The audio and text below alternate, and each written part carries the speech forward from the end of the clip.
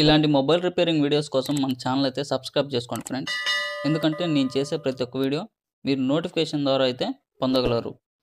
Hi friends, welcome to my channel. Friends, ఇది చూడండి, Realme 12X model. ఇది charging పెట్టగానే రియల్మీ ఫస్ట్లో వచ్చేసి ఆఫ్ అయిపోతుంది. ఫస్ట్ అయితే మనం అసలు ఐ స్కాన్ అయితే చేసి చూద్దాము. ఇక్కడ చూడండి, ఈ లైటింగ్ సెక్షన్ దగ్గర లైటింగ్ ఐసి, అలాగే బూస్ట్ కాయిలు, రెక్టిఫైర్ రేడ్, ఈ మూడు అయితే మనకి దాంట్లో తీసేయడం జరిగింది. ఆల్మోస్ట్ అన్ని షీల్డ్ అయితే రిమూవ్ చేస్తున్నాయి. ఇది ఆల్రెడీ వేరే షాప్ నుండి అయితే మనకి రావడం జరిగింది. మొత్తం ఐ స్కాన్ అయితే చేసాము. ఇవైతే షీల్డ్, అలాగే లైటింగ్ సెక్షన్లో ఉండే కాంపోనెంట్స్ అయితే రిమూవ్ అయి ఉన్నాయి. నెక్స్ట్ ఇప్పుడు వీబ్యాట్ లైన్లో ఏదైనా లీకేజ్ ఏమైనా ఉందని చూసాము. అక్కడ లీకేజ్ అయితే ఏమీ లేదు. నెక్స్ట్ వీపీహెచ్ కాయిల్ మీద వోల్టేజ్ చెక్ చేసాము. అది 4.3, 4.2 అయితే మనకి వస్తుంది. నెక్స్ట్ హైరల్లో మనకి వస్తుంది. ఇది ఫస్ట్ లోగో వచ్చి పోతుంది అంటేనే బక్ వోల్టేజెస్ అవన్నీ కంపల్సరీగా మనకి వస్తున్నట్టు. అయినా ఒకసారి చెకింగ్ ఏ విధంగా చేయాలనేది దానికోసం అయితే ఒకసారి మళ్ళీ చూపిస్తున్నాను చూడండి. ఇది వచ్చేసి 1.0 అన్నట్టు. నెక్స్ట్ ఇంకొక ఆయిల్ మీద చెక్ చేద్దాము. చూడండి, ఇది 0.7 అంటే 0.8, 0.7 ఇవన్నీ బక్ వోల్టేజ్లు ఆల్మోస్ట్ ఇంతే ఉంటుంది వోల్టేజ్. ఇది కూడా మనం చూసుకుంటే 0.7 వస్తుంది. నెక్స్ట్ ఇది కూడా 0.7 వస్తుంది. ఇది 1.1 ఈ కాయిల్ మీద అయితే మనకి రావట్లేదు. ఇంకోటి 1.3, 1.4 వచ్చిందనమాట. ఇది లోయర్ ఎల్డిఓ అన్నట్టు. ఇక్కడ చూడండి, ఇది డిఫాల్ట్ ఆన్ 1.8 వోల్టేజ్. ఇందాక మనకి బక్ వోల్టేజ్లు అన్నీ వస్తున్నాయి. అలాగే ఇది డిఫాల్ట్ ఆన్ 1.8 వోల్టేజ్. మనకి ఫస్ట్ లోగో ఏదైనా ఒక మొబైల్ ఆన్ అయ్యి రీస్టార్ట్ అవ్వటం అలాంటివి జరిగినప్పుడు పక్కాగా బక్ వోల్టేజ్లు వస్తున్నట్టు, అలాగే డిఫాల్ట్ ఆన్ 1.8 కూడా రిలీజ్ అవుతుంది అనేది మనకి ఇంకా వేరే ప్రాబ్లం ఉండొచ్చు, కానీ వోల్టేజెస్లు అయితే కాదు. లేదంటే ఏదైనా సెకండరీ లైన్స్లో షార్ట్ ఉన్నా కూడా మనకి అలాగే జరుగుతుంది. నెక్స్ట్ ఇంకోటి బక్ కన్వర్టర్ ఉంది పక్కన, దాని మీద కూడా వోల్టేజెస్ మనమైతే చెకింగ్ అయితే చేద్దామని చూస్తున్నాము. చూడండి, ఇక్కడ 0.8, ఇందాక కాయిల్స్ మీద కూడా బక్ కాయిల్స్ మీద 0.8 వచ్చింది. ఇప్పుడు ఈ బక్ కన్వర్టర్ దగ్గర కూడా 0.8 ఆ విధంగా అయితే మనకి వోల్టేజెస్ రావడం జరిగింది.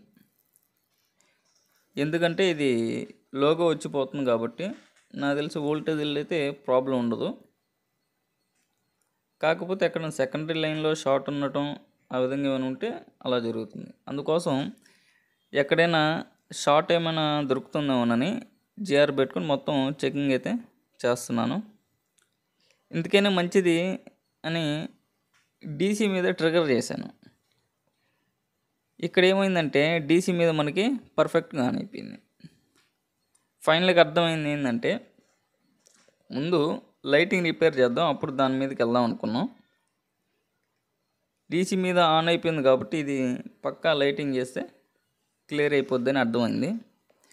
అందుకోసం వేరే బోర్డులోది లైటింగ్ ఐసి, అలాగే బూస్ట్ కాయిలు, డయోడు, ఈ మూడు అయితే దాంట్లో లేవు కాబట్టి అవి తీసి రీప్లేస్ చేస్తే ముందు లైటింగ్ రిపేర్ చేసి దాని తర్వాత నెక్స్ట్ స్టెప్కి వెళ్తే బాగుంటుంది. అంటే ఈ బ్యాటరీ పెడితే ఎందుకని ఫస్ట్ లోగో వచ్చేసి ఆగిపోతుంది అనేది నెక్స్ట్ స్టెప్కి వెళ్తే సరిపోద్ది. ఫస్ట్ అయితే ఇవి రీప్లేస్ అయితే చేసి చూద్దాము.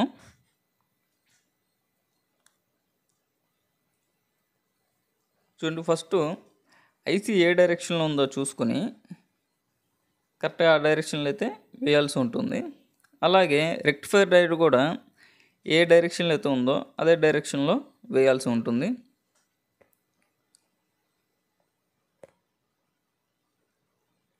చూడండి, ఈ రెక్టిఫైర్ డయోడ్ సైజు పెద్దదైపోయింది.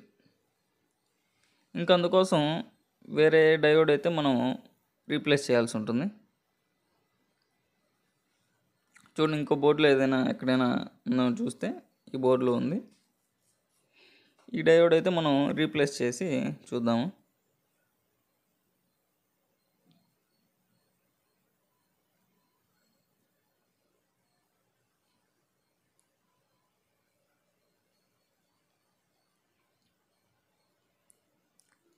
చూడండి, అన్నీ ఫిక్స్ అయితే చేస్తున్నాను, రీప్లేస్ చేస్తున్నాను.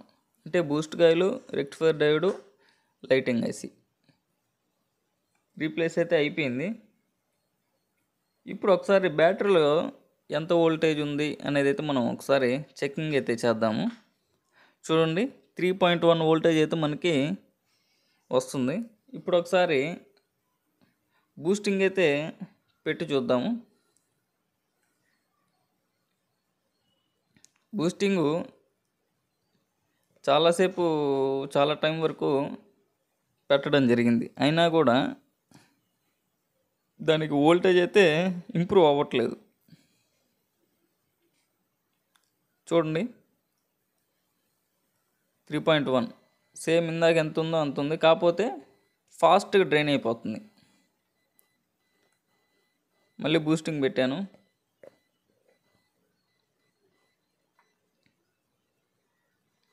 చూడండి, మళ్ళీ 3.170 అట్లా చాలా ఫాస్ట్గా డ్రైన్ అయితే అయిపోతుంది. నెక్స్ట్ ఈ బిఎంఎస్ అనేది ఒకసారి అసలు రిమూవ్ చేసేసి, బిఎంఎస్ లోపల చూడండి, ఇక్కడ 3.6 వోల్టేజ్ అయితే మనకి పర్ఫెక్ట్గా వస్తుంది. అంటే బ్యాటరీ నుంచి 3.6 వస్తుంది. ఈ బిఎంఎస్ నుంచి అవుట్పుట్ మటుకు 3.1 వోల్టేజ్ వస్తుంది. బ్యాటరీలో 3.6 ఉంది, బిఎంఎస్ అవుట్పుట్ మటుకు 3.1 వస్తుంది. అందుకని నేను ప్లస్ మైనస్, బ్యాటరీలో ఒక ప్లస్, ఇక్కడేమో మైనస్ అలా పెట్టి చూసినప్పుడు ఈ మైనస్, బ్యాటరీ మైనస్ ఉంటుంది కదా, అక్కడే చూపించింది అనమాట. ఇప్పుడు మళ్ళీ ఒకసారి బ్యాటరీ బూస్టింగ్ అయితే పెట్టి చూస్తున్నాను. ఇప్పుడు చూడండి, 3.6 వోల్టేజ్ అయితే మనకి వచ్చింది. అది రిమూవ్ చేసిన తర్వాత 3.6 వచ్చింది. దాంట్లో ఒకసారి డైరెక్ట్ బ్యాటరీకి కూడా బూస్టింగ్ పెట్టడం జరిగింది, అందుకని కావచ్చు.